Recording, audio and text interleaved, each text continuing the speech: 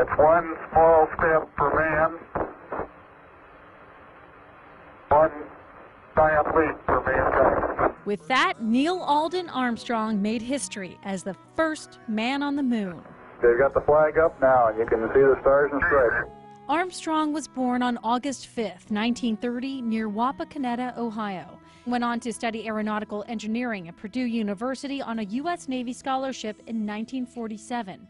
2 years later, he was called to serve in the Korean War. After flying 78 combat missions, he returned to Purdue to finish his studies in 1952. Armstrong joined the organization that would become NASA in 1955.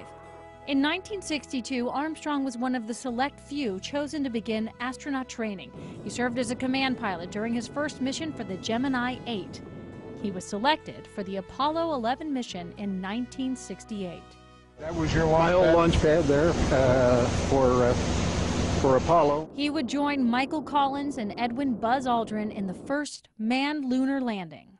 Tranquility Base here. The Eagle has landed. At 10:56 p.m. on July 20th, 1969, Neil Armstrong made history. He became the first person to step on the moon's surface and land a craft on the moon. For this, he earned the Medal of Freedom and the Congressional Medal of Honor. Armstrong served as NASA's Deputy Associate Administrator for Aeronautics until 1971. After leaving NASA, he took his passion into the classroom. He was a professor of aerospace engineering at the University of Cincinnati for nearly a decade. Neil Armstrong will forever be one of the most famous people in the world, but he was also famously private. He shied away from the spotlight, and in all his years, only granted one interview to 60 Minutes in 2006. The big Saturn rocket, it had a lot of shaking. It felt like a train on a bad railroad track and shaking in every direction. And it was loud, really loud. Armstrong once called himself a nerdy engineer, born under the second law of thermodynamics. He denied dozens of requests to write his biography. He succumbed when he was 75 years old.